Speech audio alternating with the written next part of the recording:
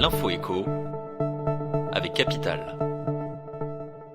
On commence avec l'info pratique pour les futurs retraités qui vont devoir patienter. Sans surprise, la première ministre Elisabeth Borne a acté mardi 10 janvier le relèvement de l'âge légal de départ à la retraite.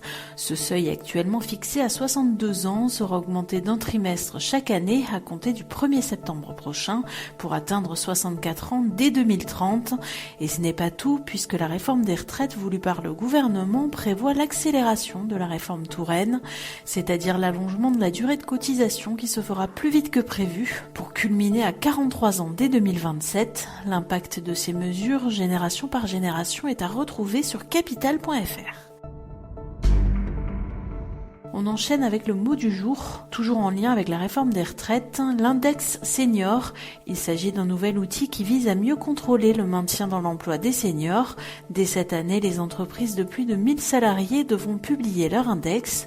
En 2024, tous les établissements de plus de 300 salariés seront concernés par cette obligation. Et s'ils ne la respectent pas, ils risquent une sanction financière.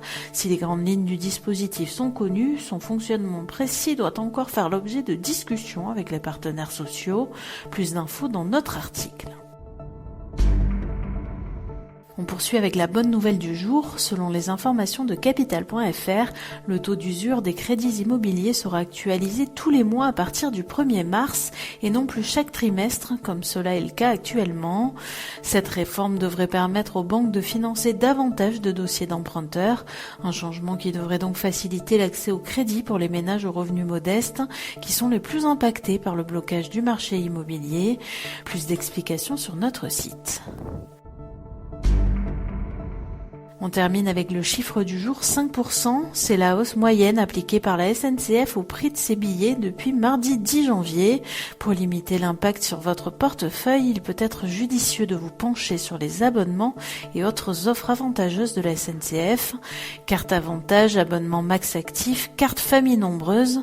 Que vous soyez un étudiant qui voyage occasionnellement, un actif qui prend régulièrement le train pour son travail ou une famille nombreuse, Capital a listé pour vous les meilleures offres auxquelles souscrire pour limiter au maximum vos dépenses. C'était l'info écho avec Capital.